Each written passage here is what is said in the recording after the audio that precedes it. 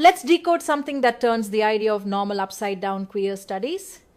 Pause and think what happens if we stop treating normal as the default.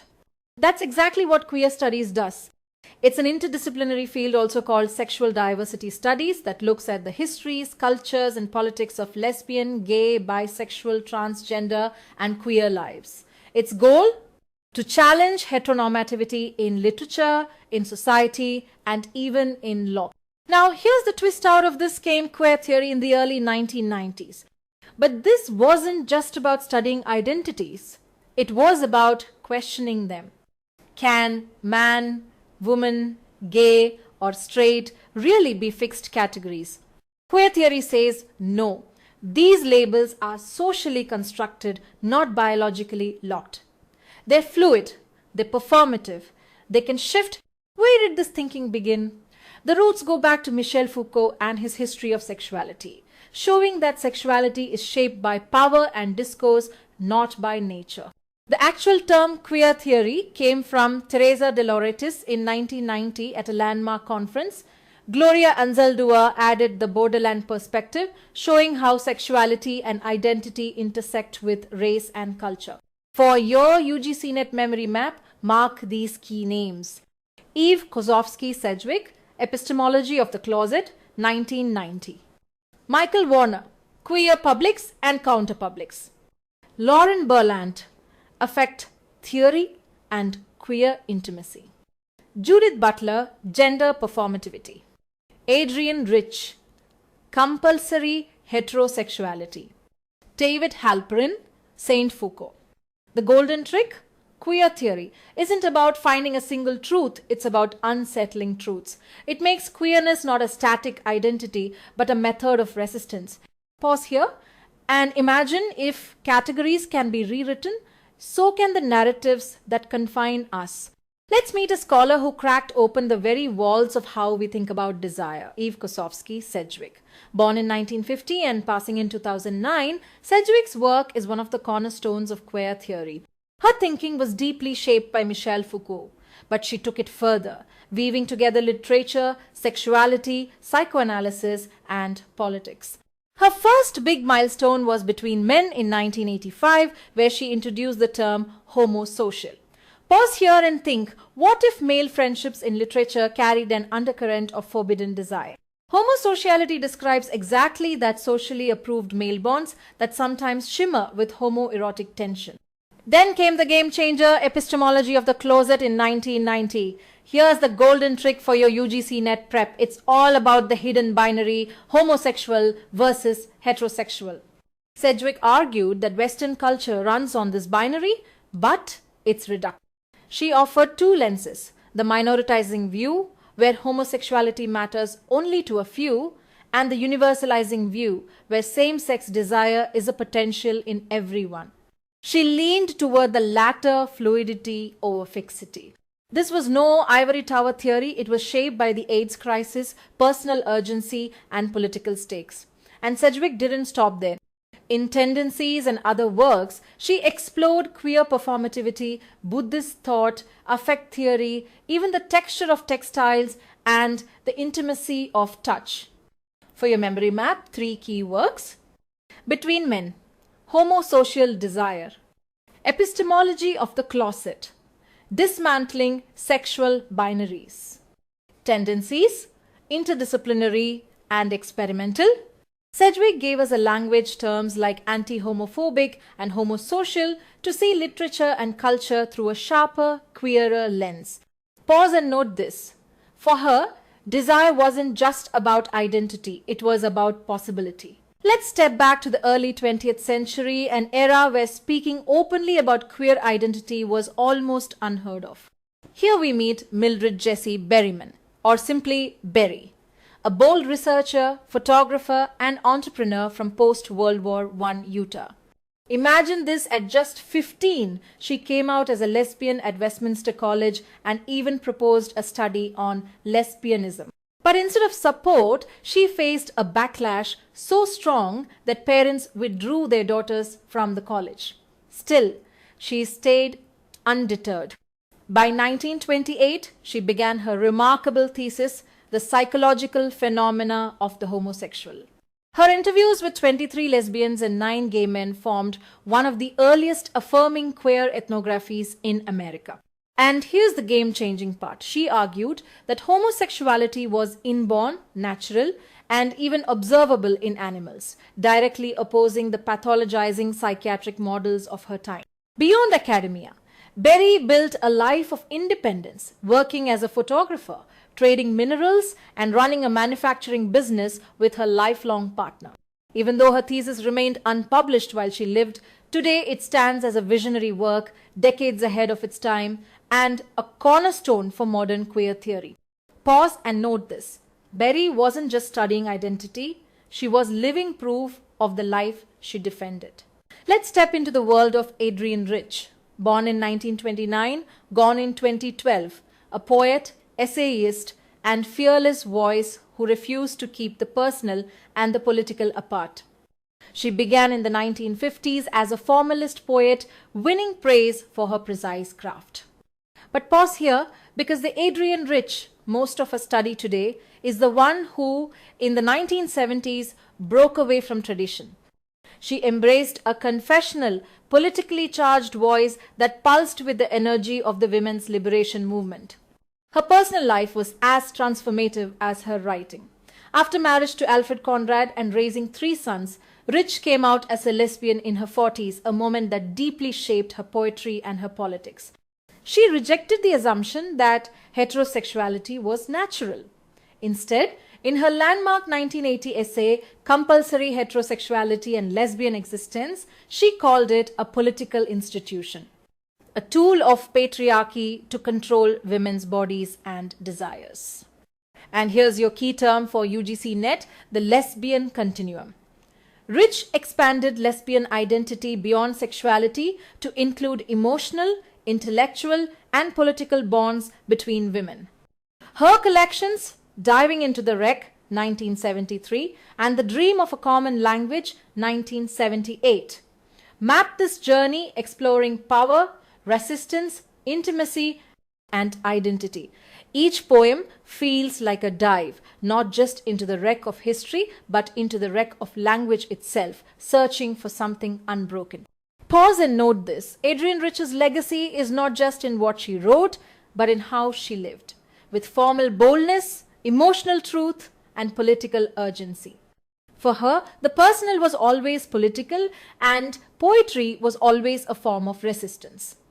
Let's turn to Jonathan Dollimore, born in 1948, a critic who shook up both queer theory and Renaissance studies with a sharp political edge. Alongside Alan Sinfield, he co-developed cultural materialism, and here's your quick definition: a way of reading literature that blends history, theory, and politics to expose how texts participate in power struggles. This wasn't just about finding meaning, it was about unmasking ideology. In Radical Tragedy from 1984, Dollimore reread early modern drama not as moral uplift or humanist celebration, but as deeply subversive works that questioned religion, authority, and the very structures of order. Fast forward to Sexual Dissidence in 1991, his landmark in queer theory. Here he traced how perversion is not something outside culture, but something culture itself produces. This is where you need to note his key term, the perverse dynamic. It's the idea that what society labels as deviant is often created by the very norms that reject it. His later books, Death, Desire and Loss, 1998, Sex, Literature and Censorship, 2001, and his partly autobiographical Desire, a memoir, 2017, mixed theory with lived experience. And in all of them, Dollimore warns against wishful theory criticism that floats in utopian abstraction without historical grounding. Pause here, because this is the takeaway for your exam. Dollimore values literature not for offering comfort or moral clarity, but for its power to disturb, to unsettle, and to reveal the dangerous truths beneath what we call civilization. Let's step into the world of Jane Rule, born in 1931, a novelist who, in the early 1960s, dared to write lesbian lives into literature with dignity, complexity, and hope. Her debut novel, Desert of the Heart, published in 1964, remember this year, came out when homosexuality was still a criminal offense in many places. Instead of tragedy or moral punishment, Rule gave us a love story grounded in emotional truth. For countless women, it wasn't just a novel, it was the first time they saw themselves reflected on the page, but the attention was intense. Rule became an icon almost overnight, receiving letters from women, navigating the same questions her characters faced letters. She answered with empathy and honesty. And here's the part you must note for your UGC Net Prep. Rule wasn't only a storyteller, she was a fierce defender of freedom of expression, serving on the executive board of the Writers' Union of Canada and standing firmly against censorship in all its forms. Her legacy? Fearless fiction, civil liberty activism, and a life committed to giving marginalized voices a place in the public imagination. Pause here and underline this. Jane Rule's work reminds us that literature can be both a mirror and a shield.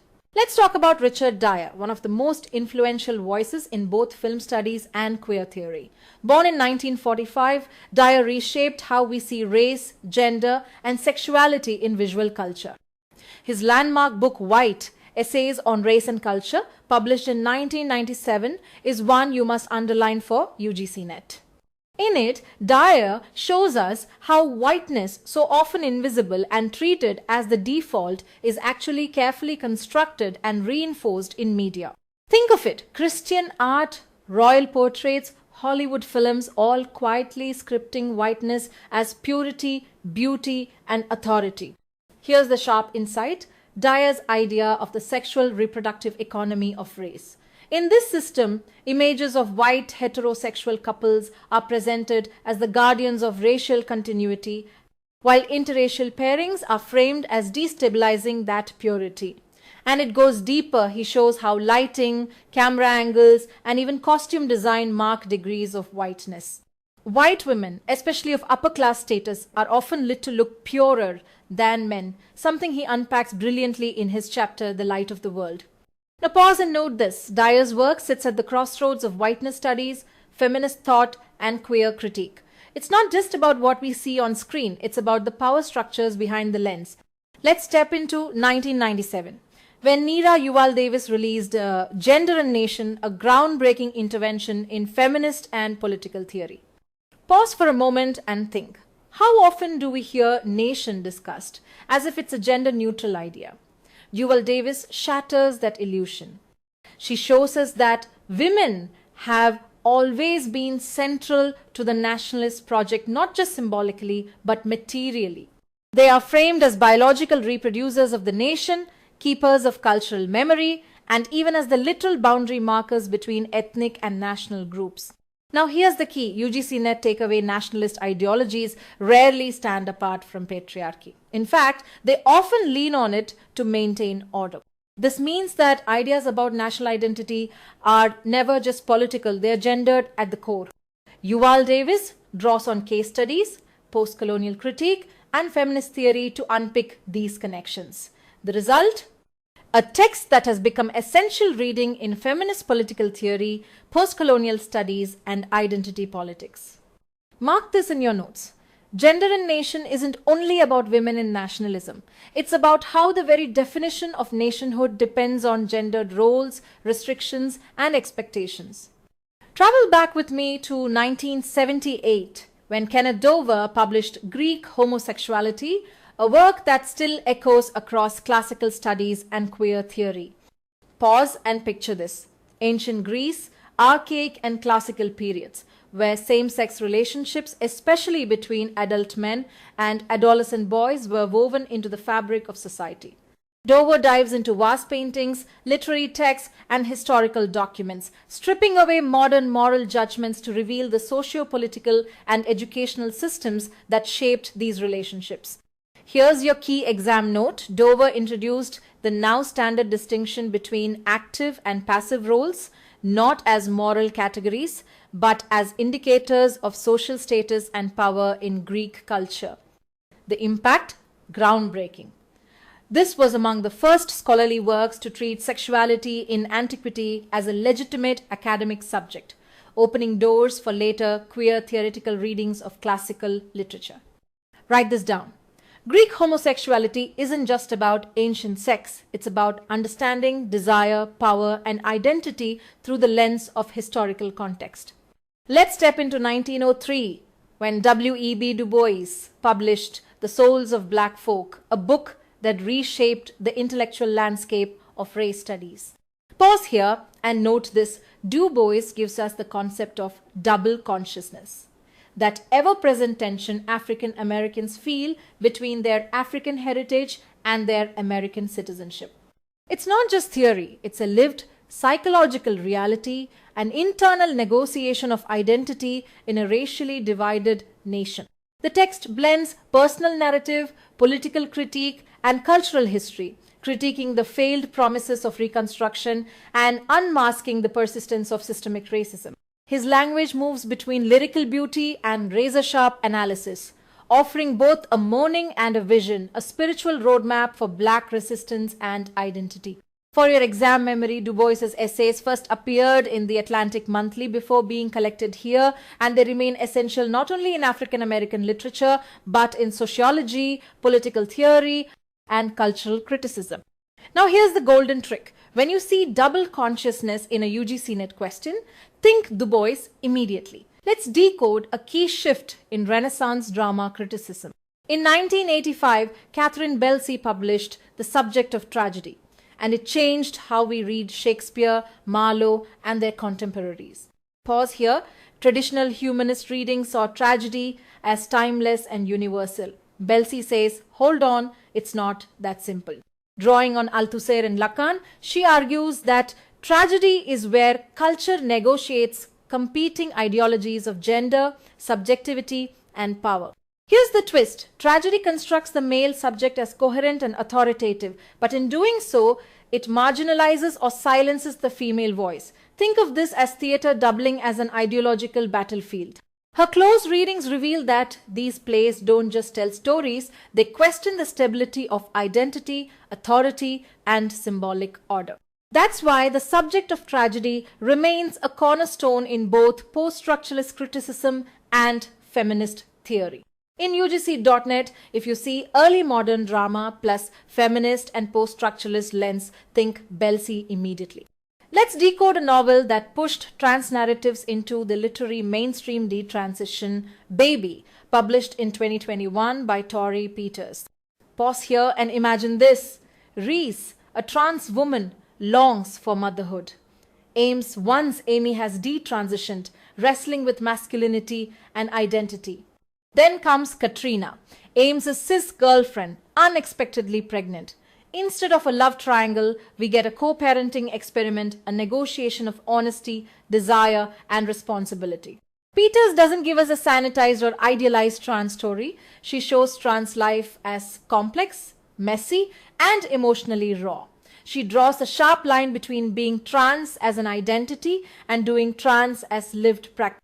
The novel blends empathy with irony, realism with bold social commentary, and here's the golden trick. This is not just a trans story, it's a family story that redefines kinship itself.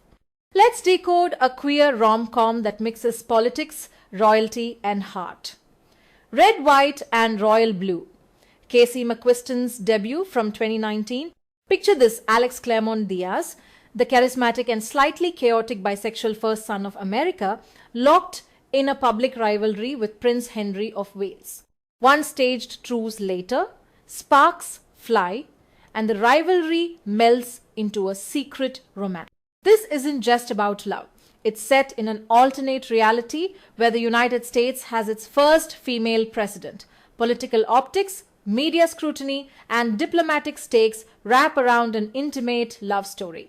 The magic? McQuiston balances sharp, witty banter with genuine emotional depth, showing queer love not as a subplot, but as a force that can reshape personal destinies and even international relations. Let's step into Safe Space, Alyssa Huynh's 2024 collection of essays, part memoir, part manifesto. Born from her candid storytelling on social media, Huynh reflects on growing up as a Vietnamese Australian woman navigating racism, online microaggressions, and the heavy shadow of internalized shame. Pause here. Notice the dual focus. It's not just her story, it's a call to action.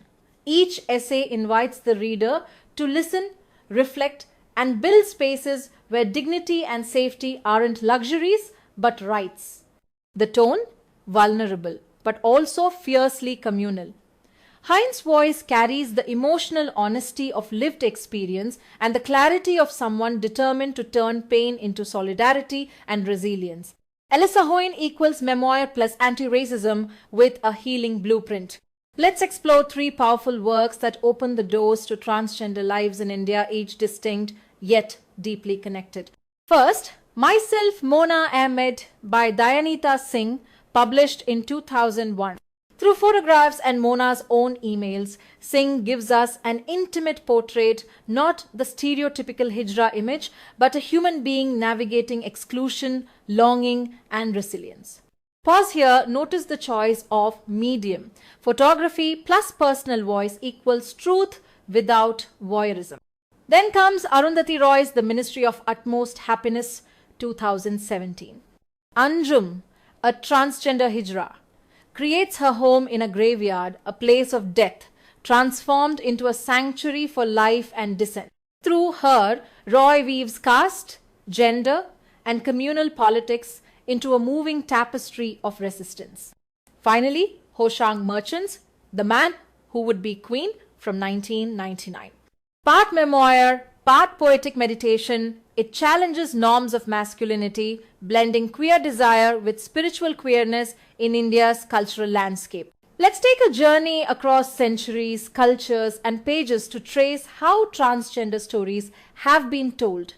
We begin in ancient Rome with Ovid's Metamorphoses around 8 CE, where gods and fate transform bodies and identities. Here, gender fluidity is divine intervention. Fast forward to 1928, Virginia Woolf's Orlando, a poet who lives for centuries, changing gender along the way. Woolf turns identity into a dance between time and self. 1933 brings Man into Woman, the heartfelt account of Lily Elbe, one of the first to undergo sex reassignment surgery, real life, raw courage.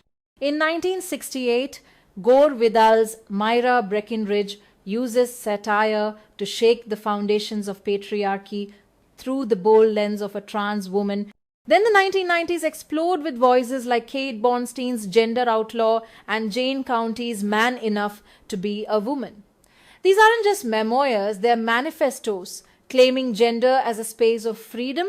Jump to 2014, Janet Mock's Redefining Realness, a deeply personal story of growing up trans, intersectional, and unapologetically visible.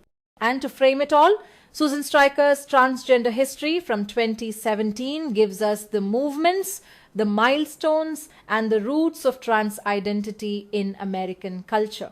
Ovid equals mythic shifts, Woolf equals timeless fluidity, Lily Elbe equals pioneering truth, Vidal equals satire, Bornstein and County equal activism, Mock equals visibility, and Stryker equals history. Let's step into a space where race, gender, and sexuality meet and collide. Philip Brian Harper's Are We Not Men from 1996 pulls apart the idea of black masculinity. He shows how culture often traps black men in a box, hypermasculine, stoic, always strong. But Harper says, what if we allowed space for vulnerability, for queerness, for complexity? Then comes Erica R. Edwards with Charisma and the Fictions of Black Leadership in 2012. She asks, why is the charismatic black male leader from Martin Luther King Jr. to Barack Obama so dominant in our imagination? And what voices are pushed aside when this model takes center stage? Often, it's black women and queer voices left in the margins.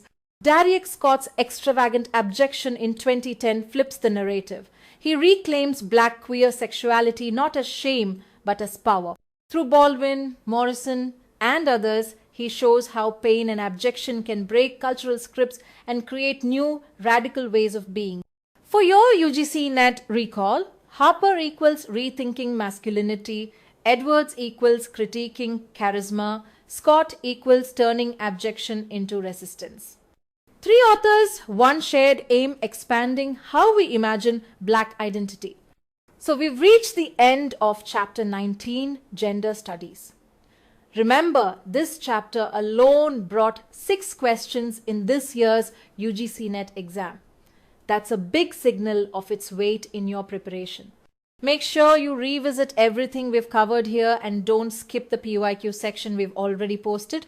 It's packed with over 50 questions from this chapter, each with clear, detailed explanations to sharpen your concepts. Keep revising, keep practicing, and you'll see the difference.